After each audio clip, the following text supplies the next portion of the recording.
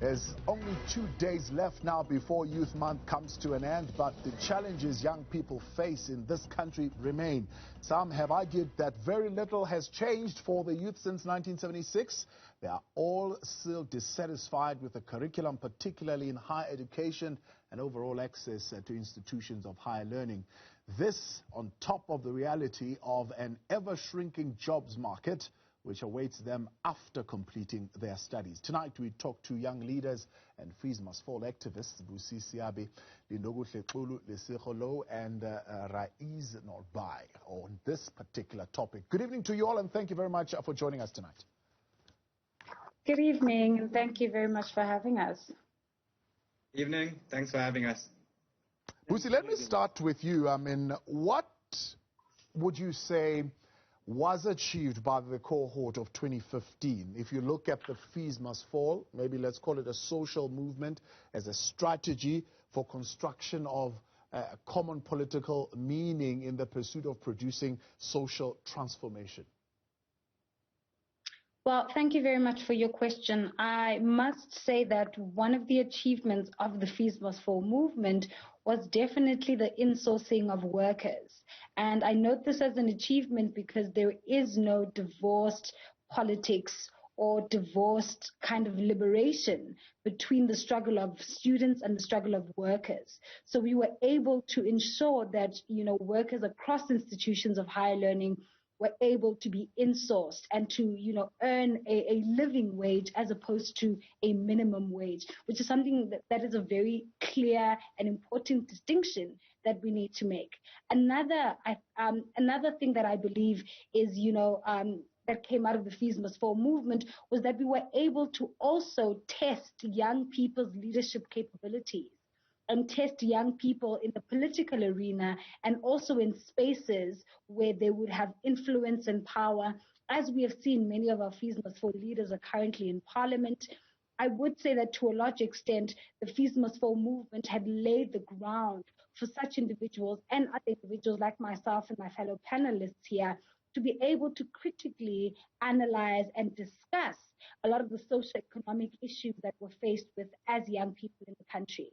Fees Must Fall was able to also bring up the question around access to free quality decolonized education. And for the first time in South Africa, or in the southern part of the African continent rather, we started having conversations around decolonization and what decolonization looks like, what it sounds like, and how it would manifest itself in our institutions of higher learning. Yeah. Now, these are particularly very important struggles. Yeah. Now, many are disillusioned, particularly about the implementation of those concerns that you are raising as far as where they sit today in 2021. Would you say the movement was able to influence, for example, governance at institutions of higher learning? It depends what institution you're particularly referencing or speaking about. In institutions that are Model C or that are considered to be white institutions like WITS, UCT, and UP and Stellenbosch, you won't find a lot of influence from the Fees Must Fall movement with regards to how institutions are run or the kind of engagement that they have with students. But from, other institutions that are considered to be black universities or black colleges, you do see a lot of that influence of the Fees Must Fall movement and its demands emanating out of the policies and principles of institutions of higher learning. I think it is very important for us to be constructive in our criticism of the Fees Must Fall movement and what it was able to achieve. Because to a large extent, taking and drawing from the 1976 revolution and the 1976 youth, it must be considered, to be it must be considered to be a step in the right direction, and that the Fees Must Fall movement has steered young people and the youth of this country. We raise questions around what happens to young people who don't qualify to even go to institutions of higher learning, young people who are relegated and left in the squatters, who are left in the townships to gussie management. We raise those questions. We raise questions around accommodation, and particularly associated accommodation with land, which is, particularly at the moment, very important since we're reviewing, the Constitution of South Africa. So the Fees Must Fall movement must be taken into context, and we must also realize that there is only so much that we as a generation can achieve in the short space of time that we've been allowed to essentially effect change within the country. We'll come to that in a moment and look at the GDP allocation to universities or institutions of higher learning. But Raiz, let's bring you in here. Give us some bit of understanding, unleash for us some understanding here as far as this social movement is concerned in the emancipatory politics of the country. Was the unleashing of this social and political power enough to challenge the establishment? So I do think that it was necessary, and when we speak about Fees Must Fall in its context and where it came in, I think what it represented for a lot of young people was the reinvigoration of the political imagination. It was this means through which we could, for the first time, for many people, actually meet the state and meet the government that, on one hand, has been promising free education for decades, on the other hand, which unleashes a bloodthirsty police force on us as soon as we take to the streets to call for free education. So I do think that, there have been gains that have been made by this Fees Must Fall movement, but I do think that a lot of those gains have been gains of consciousness among young people. For the first time in 2015, many of us understood the power of our united political will, and it's obviously, it goes without saying that this fight is far from won. But I do think Fees Must Fall was a crucial step forward in terms of building consciousness among young people, in terms of making us cognizant of our own collective agency and our own collective power. And obviously there are material gains. Busissiwe spoke very well to the issues of workers, to the issues of insourcing and exploitation. Like, crucially, we can't de-link education and higher education from the broader struggles of the working classes. And so I do think that there were concrete victories, and there was this revolution in consciousness among our young people, reinvigorating the spirit of the 1976 youth that happened through Fees Must Fall. And ultimately, when we do speak about Fees Must Fall, and this discussion we're having now, shouldn't speak about it in terms of something that existed in the past as a movement that we're just reflecting upon. I think it's something that is continuing, that this fight is something that persists today. And we saw this, of course, earlier this year in the protests against student debt and financial exclusion. So I do think that when we do speak about Fees Must Fall, we must speak about Fees Must Fall as something that continues to evolve and something that hasn't culminated in what were the aspirations of those of us who have been on the street since 2015 at least. Lesego, both Busi and Raiz mentioning that young people, certainly society, being awakened to the importance of collective action, the power of direct action in getting some kind of radical results. That was affirmed. But what would you say the generation or the cohort of the Fees Must Fall, particularly the 2015, got in return for their revolt, or I don't know what you want to call it, an uprising or just a movement?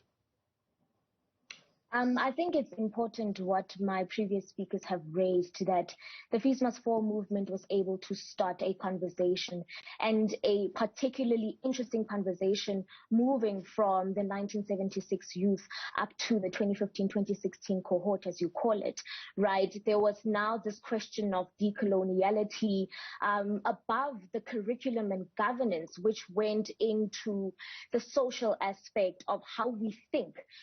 This movement was able to go into how we actually perceive ourselves as Black students, how we perceive ourselves as Black women.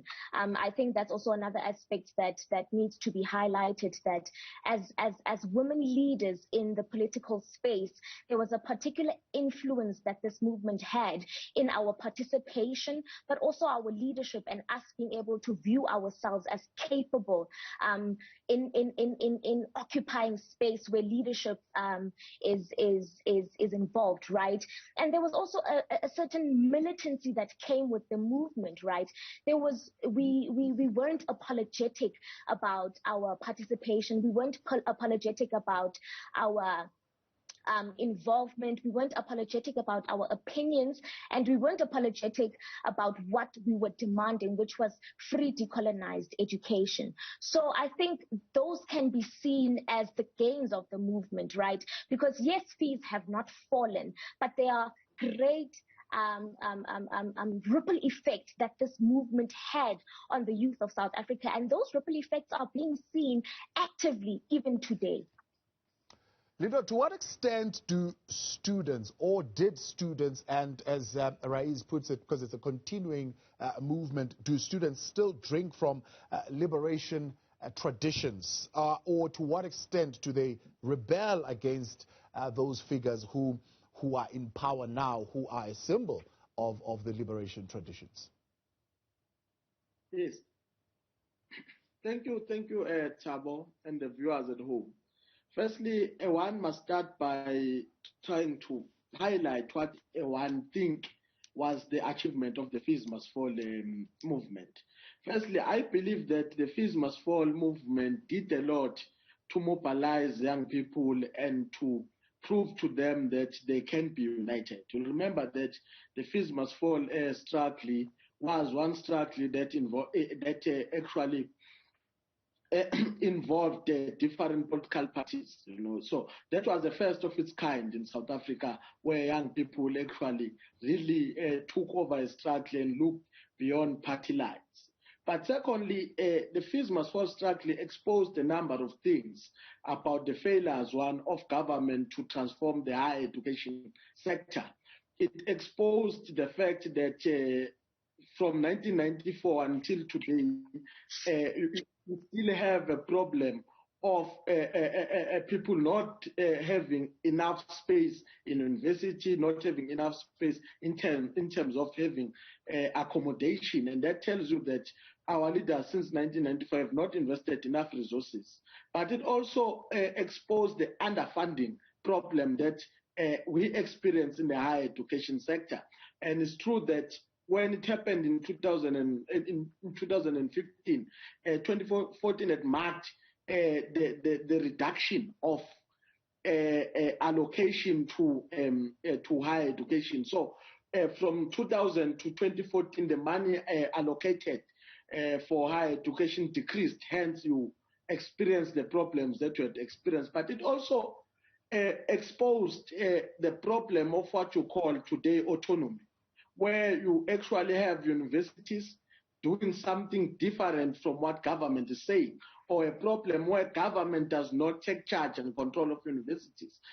During Fees Must Fall, we'll have a situation where ministers will make pronouncements, but universities will tell us something that is different. And it tells you that our government is helpless when it comes to controlling the universities. But more than anything, Fees Must Fall also exposed the fact that we have more of a commodified education system in the country, where education is sold like a commodity and is not given or is not received on the basis of a one qualifying for it. So it then exposed that marketization of education. So, but what then young people do in order to rebel from those traditional and from those who are leading the country currently? I think what is also important is that the people who are leading the country today are the same people who were fighting during the 1976 generation. And these are the people that you are saying were actually calling police to brutalize us during the Fees Must Fall. So it then exposes something again, that you had in 1994 a situation where there was only a change in terms of faces of who ran the country, but the systems of apartheid remains intact and remains the same. I say this because a lot of apartheid techniques were used during the Fees Must Fall struggle, including isolating those who were leading the struggle, arresting them, brutalizing them. Those were apartheid tactics, including the abuse I want to come back to those because that's a key, one of the key features or basic features of the fees must fall is as far as emancipatory politics are concerned. I want to talk about that relationship, police and the politics of the country, and whether or not indeed there has been any kind of shift. Thanks for staying on. Fees must fall activists Busi Siabe, Lindo Gutle, Hello, and Raiz Norbai with us tonight. Of course, taking your views as well on Twitter as well as on WhatsApp, 072-110-5584. We asked the question, the fees must fall, social movement as a strategy to construct a common political understanding in order to produce social transformation. How effective was it? Let's get your views tonight. So before the break, Lindo Gutle, you were raising the question of the basic features of this movement. One of the other things that it highlighted was this relationship between police and the politics of the youth in the country. Critique for us how that relationship has evolved. Is there a significant change in national government in policing young people's protests? Yes. Well, my view is that when you had police employing apartheid tactics, and that tells us that we have not been able to transform the state security agencies. And that included the abuse of intelligence services. Mr. Mafumat had made some revelations in State Capture Commission that there was some slush fund, there was some money invested in spying on fees must fall activists. And we looked very crazy when we were raising those things. I remember we used to raise the Twitter about that were being followed, where our cell phones were being interfered with, and we're looking very crazy. We're made to believe that we're crazy. But the fact is that our leaders were more obsessed about finding a non-existent threat force that they invested so much money in policing us, instead of taking that very same money and solving the problems that we had. So our leaders have now developed the mentality of those who oppress them. And what is that mentality? Is that one of responding with police in genuine societal demands. I mean, today you have a problem of a student called Lucanio in Cape Town who is still arrested for his participation in the fees must fall struggle. And you look what is it that is done. He has done nothing, but he has been sentenced to 5 years. And his sentence is not equal to the crime or to the alleged crime that he has been alleged to have committed.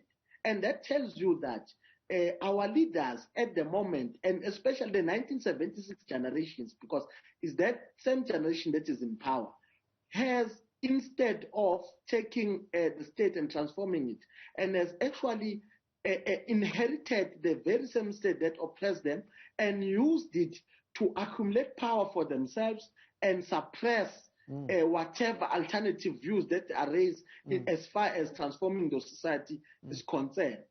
So that is the problem that we are facing, but that is one of the things that a fees must fall exposed, is that our leaders have now turned into being our oppressors. The 1976 generations are now people who have taken over and do exactly what white people used to do to them.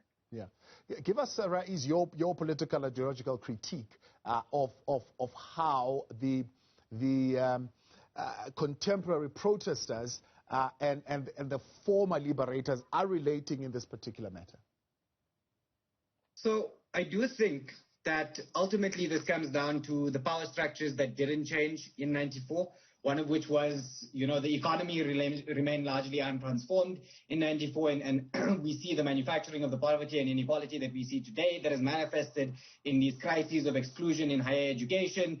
That was something that very much we had that was brought over in 94. And we've spoken just now to how, it was a changing of the faces of who was in power, but ultimately those apparatus remained intact. But I do think that when it comes down to us analyzing the police in terms of how, and I don't want to repeat where I have been covered concerning, the liberators and those who are of the generation of 76 becoming the oppressors today. But I do think that it's necessary for us to analyze the police itself and to analyze why it is that the police exists. And there is this myth, and it's a status quo, a dominant status quo myth, that the police exists for the safety and protection of the people, and that's not true. The police exists for the protection of the status quo and the state and property, and it exists to protect those power structures from the people. And we see this when we take to the streets for free education. And of course, just because we should never stop saying his name, Dr. Zizi Ntumba was murdered this year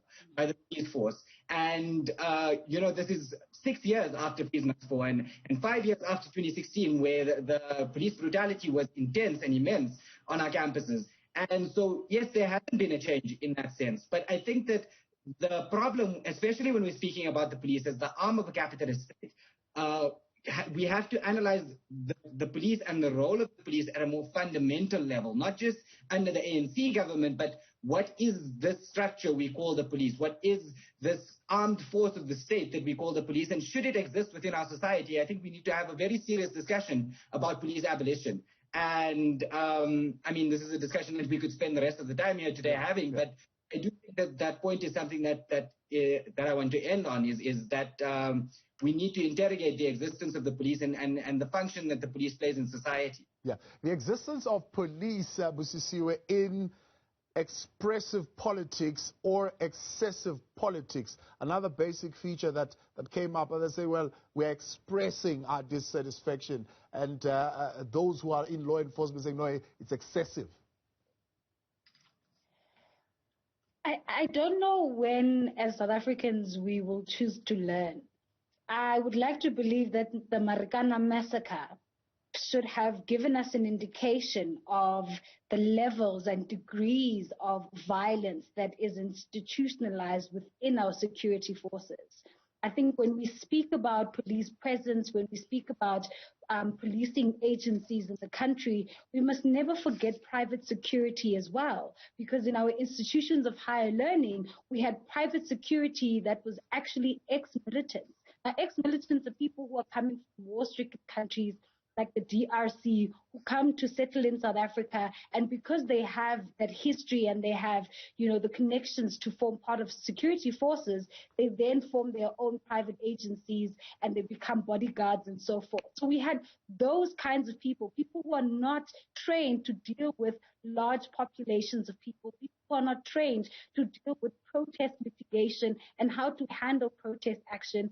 We have those kinds of people not only coming onto our institutions of higher learning, but going onto our streets as well. And when you look at the Marikana massacre, when you look at the Feasibus 4 movement, you begin to understand that the GBV numbers in our communities are the exact same numbers of atrocities we've seen in our institutions of higher learning. Students used to complain about being sexually violated, being physically abused by not only the police, but by private security as well.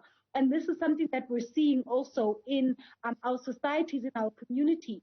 We see it on videos all over social media. So I think the question around the abolition of police becomes a very important and very interesting conversation to have. And it's impossible to have it without considering the nature of the state that you're trying to create, right? So this particular government that we are governed by has a very neoliberal agenda that's going on.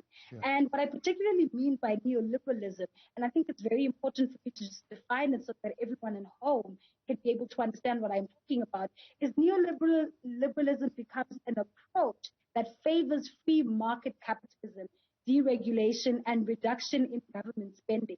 And this is what we have seen happening since 2015. We have seen a reduction in government spending in education, in health, in social services, in very important and critical aspects of our society that impact our day-to-day lived experience as South Africans.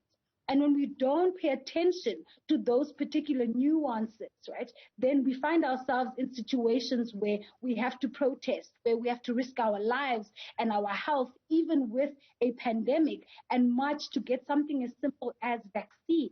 Yeah. Vaccination program, in the country is very problematic. And this speaks to the lack of service delivery, the lack of nuance within our government's policies that the Fees Must Fall movement was able to raise and possibly highlight. It's unfortunate that we're only seeing this now, but it's a good thing that as young people, as the leaders of this country, I don't believe that young people are the future. The future is now. Yeah. And as leaders of the country right now, these are the kinds of areas that we need to be able to tackle, to address, and to rectify as soon as possible. Whether we still have the 1976 generation in parliament or not, this country does belong to us, and the Fees Must Fall movement and the thousands of students across the country made a physical and visual display of us taking back our power and our control. Austerity measures segues nicely into the next conversation we'll have when we come back, particularly that of the GDP allocation into institutions of higher learning. How do we determine, how do we quantify the value of fee-free higher education in society? The conversation continues with our panelists tonight on the strategy of the Fees Must Fall cohort of 2015 and how effective was it in bringing forth the social transformation we seek to see in society. Sikho, you raised the question of allocations earlier on in your opening remarks. Let's talk about that a little bit more. There are some who are saying fee-free education, they argue, has got developmental implications. So how do we determine, how do we value fee-free education in society? I think we would be disingenuous to say that free education or free decolonized education is not something that can be attained. It becomes a matter of willingness. How willing are we to ensure that there is access to education, but not just any type of education that is free and decolonized. So in valuing it, it becomes an issue of ensuring that in allocating, we prioritize education, we prioritize the youth in this country. We need to ensure that in our allocation, we reflect the demographic of this country. We have a majority youth country, but a 70% youth unemployment rate. That is a reflection of how unwilling we are as a country to allocate these resources and ensure that those who are sitting in the rural areas, those who are sitting in townships are able to access this education. So I think really, I'm not even going to entertain the question of it not being a viable solution. It is something that can be done with the vigor and the willingness that this country is willing to commit to. Yeah. Can financial barrier to access, Raiz, be resolved in a developmental state? I think that's the question. Sorry, can you repeat the question? Can the financial barrier to access to institutions of higher learning be resolved in a developmental state with competing demands and needs in society? So I think when we speak about free education, I think what's crucial is that the money that comes towards making education free isn't taken from other parts of the budget which are necessary for the basic material needs of this country's poor black working classes. We can't be taking money away from healthcare to put in education, but nobody is saying this, right?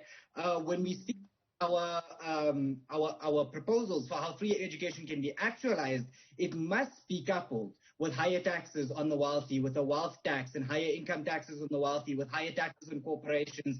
We spoke about the doubling of the skills levy from 1% to 2%. We spoke about a windfall tax on corporations that have benefited from apartheid. So yes, we need more money coming into the state coffers in order for us to finance free education, and that's where the political will comes in. It's not that we cannot afford free education. It is that the current government and the way in which that government is linked to capitalism and is linked to the interests of the wealthy and the ruling class, that government cannot afford free education because its core base, the wealthy and corporations cannot afford free education because it is necessary ultimately for us to raise taxes, crucially raise taxes on the wealthy and on corporations in order for us achieve fiscal neutrality when it comes to the issue of free education. And so I think it is very much possible. And again, I also won't, entertain the question of whether or not it's something that is affordable, because of the fact that it has been demonstrably proven again and again and again that it is. It's just a matter of us summoning the political will to hold the people who are in power, both politically and economically accountable, and ultimately to tax the wealthy. Lindosa, you mentioned the question of the autonomy of universities, which is highly criticized. But when we look at the decision or even the announcement for the declaration of fee-free education, this was done without conferring with the respective institutions, and others are saying, well, the very same argument, the criticism leveled at universities of making decisions unilaterally, that's exactly what was made, or that's exactly what happened when this decision was made and particularly announced. See, the problem here is that you have universities who are partially privately owned, that operate like businesses and companies, and that have an element of wanting to make profit. The fact that at most the money that is used by universities comes from government, but government does not have a right to control that money, is in itself problematic. I believe that the money that is currently going into the higher education sector, it's enough. It should have made serious difference.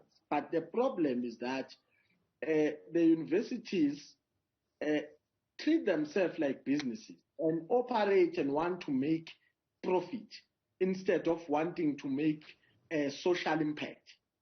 So now the problem here is that government does not have, in an economic sense, does not have control over its own investment, because most of this money comes from government, but government cannot control it, cannot control what is taught in these universities, cannot control who goes into these universities. Government is only putting money into this situation. But when you look into this, when you look into the issue of free education cannot coexist with NSFAS, for instance, because NSFAS is part of privatization of higher education. So now, when you look into a question of free education, you need to then look into fundamentally changing the higher education space. And you definitely need what you call a public university, a university that exists for a public good, because the problem that you have in the country, you have universities that operate like businesses, and you have a vice chancellors who behave like CEOs more than principals. So the business model of universities is what is a problem here. But also when you look, I think when we look into from a GDP point of view, I will argue that will be narrow, because I think we need to look into a different funding model. And as my colleagues have nicely put it here, a taxation will be a way to go. And you then need to introduce free education for all. And you'll then need the rich to pay for the education of their kids and the education of the poor. Yeah. And you'll need. Let's argue that. Let's argue that a little bit. Free education for all, and some have criticized that position to say eradicating fees at universities for all will mean that even the rich will benefit, who can afford to pay. Yes, but you see, that is where they miss the point. They miss the point from the view of saying that if you are saying the rich would benefit, if the rich take their kids to overseas, who will pay, for the education? You'll need a taxation system that will allow government to take money from the rich and put it into the education system, irregardless of whether or not the kids of the rich are there or not. So what you need to do is a decisive government intervention that will distribute wealth, because what we are talking about here is a way of achieving equality. You have a society that is unequal. Some benefited from apartheid, they are holding a lot of money, right? And then they want private education because they can afford it. Yeah. And they can afford it from the ill-gotten money from apartheid, most of them. Yeah. And they can collapse if you allow them to pay. It will depend on them. They can collapse it by sending their kids to overseas. Yeah. How do you deal decisively with that, and how do you make sure that you equalize the playing ground? You tax them. Come in there for me. What is your view on fees that are free for deserving students as opposed to fee-free for all? Free education for all is for all deserving students. I believe that we need to take into cognizance the fact that we need to look at the capacity, first and foremost, of our higher education institutions, right? So not everyone who applies to go to university actually gets in. Not necessarily because of the financial aspect, but because of merit, right? Not everyone qualifies from a merits perspective to get into institutions of higher learning. And this would be your Model C universities like Wits and UCT and so forth.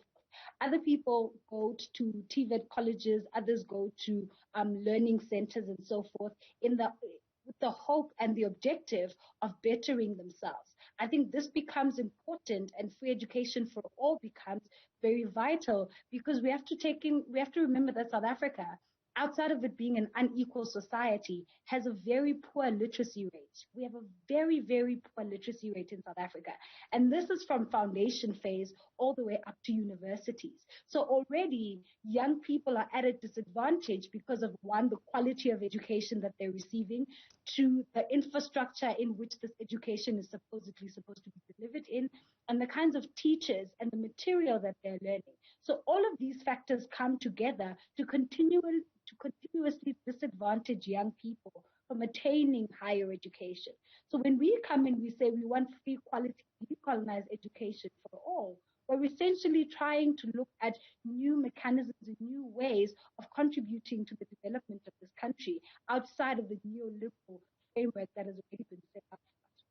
So education becomes the vehicle through which we will be able to address a lot of the issues that are coming out in the economy, a lot of the issues that are coming out in infrastructure, in the fourth industrial revolution, in globalization and other aspects as well. So education becomes a fundamental human right and a basic human right that South Africa continues to ignore, even when we see the effects of an uneducated populace.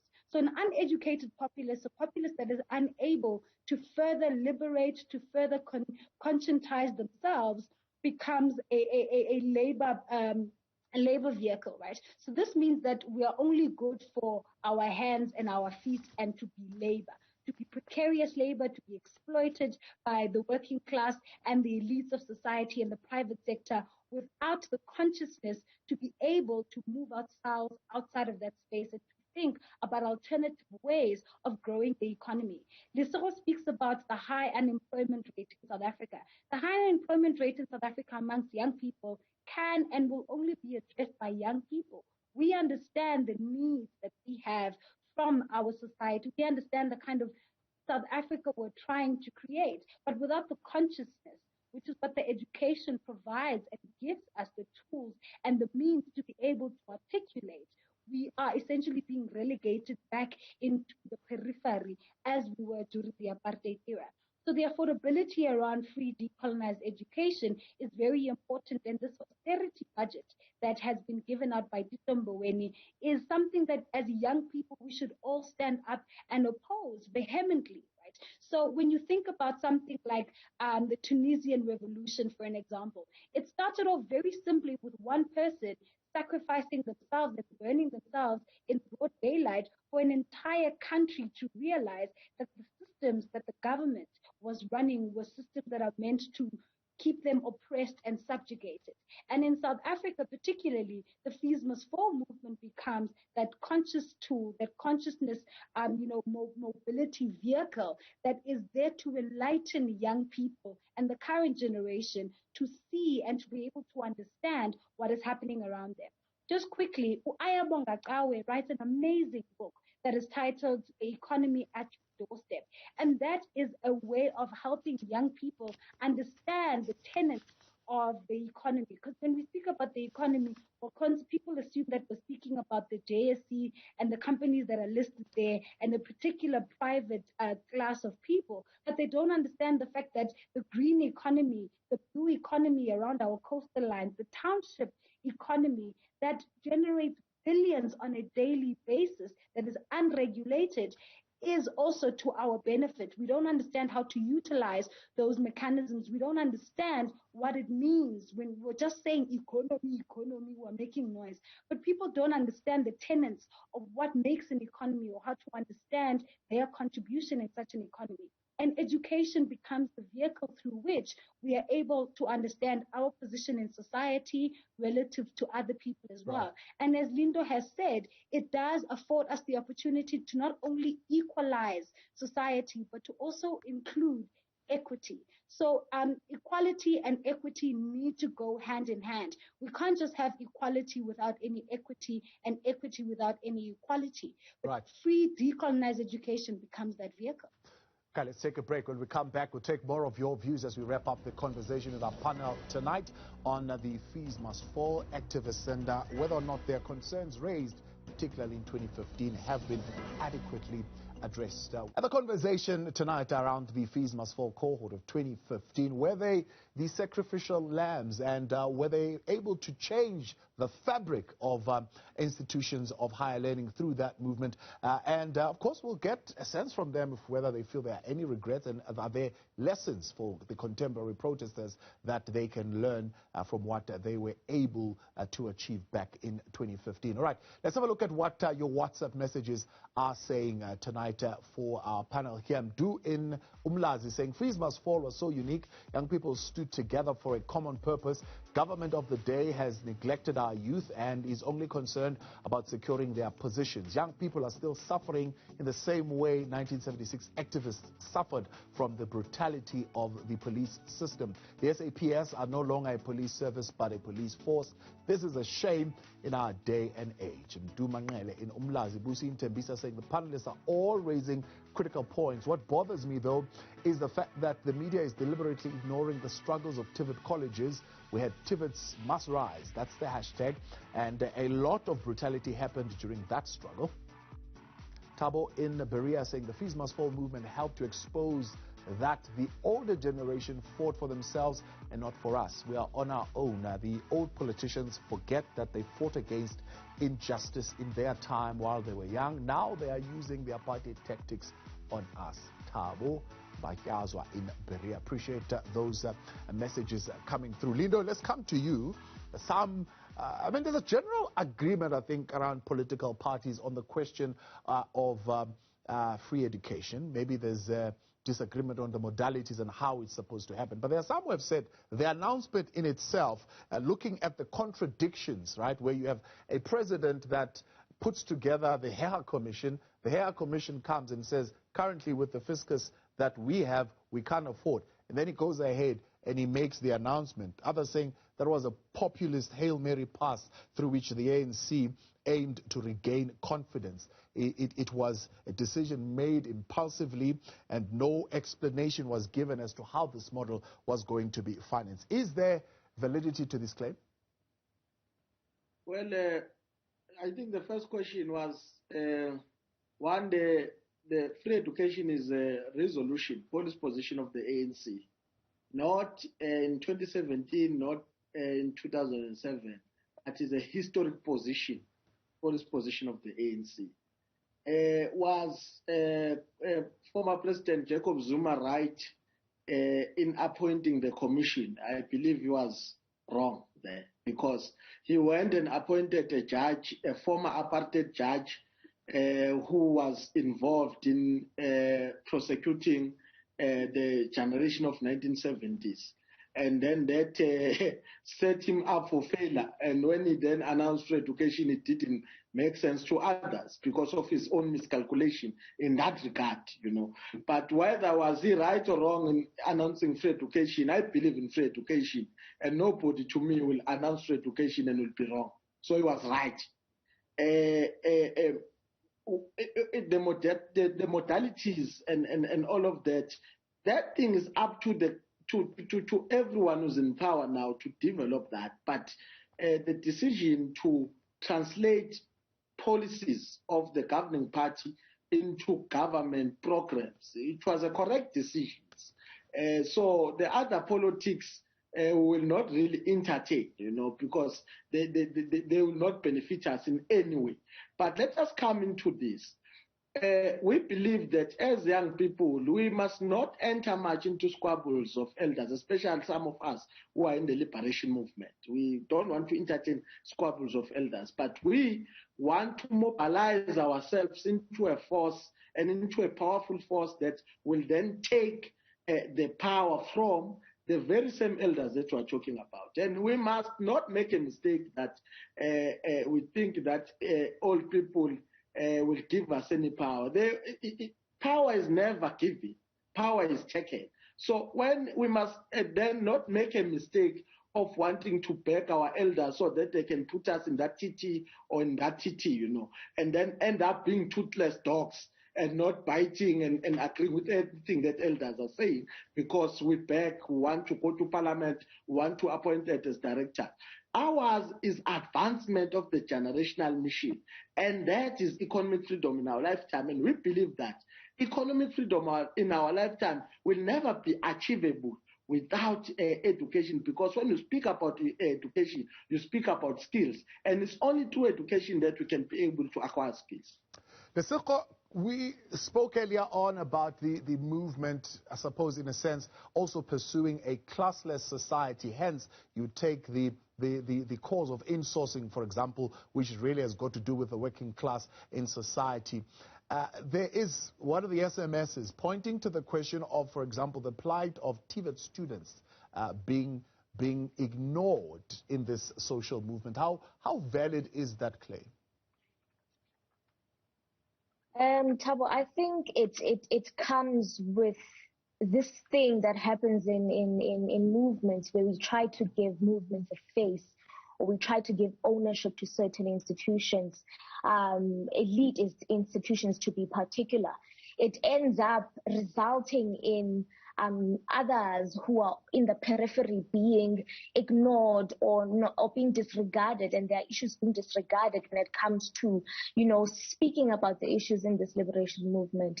I mean, in the student movement rather. So there is some truth to that. We cannot be disingenuous about how there have been institutions at large that have been at the periphery and have not been given, or their voices have not been amplified at the level at which a VET's or a UCT's voice has been amplified. And you mentioned something in passing as well about sacrificial lambs and such. And I think it's important to speak about that, because we need to be cognizant about the type of language that we use, because even in that's how we exacerbate the issue of excluding other institutions, because now these sacrificial lambs that we speak about are coming from, again, the elite institutions, who are the ones whose voices are being amplified in a student movement. There's no such a thing as a sacrificial lamb.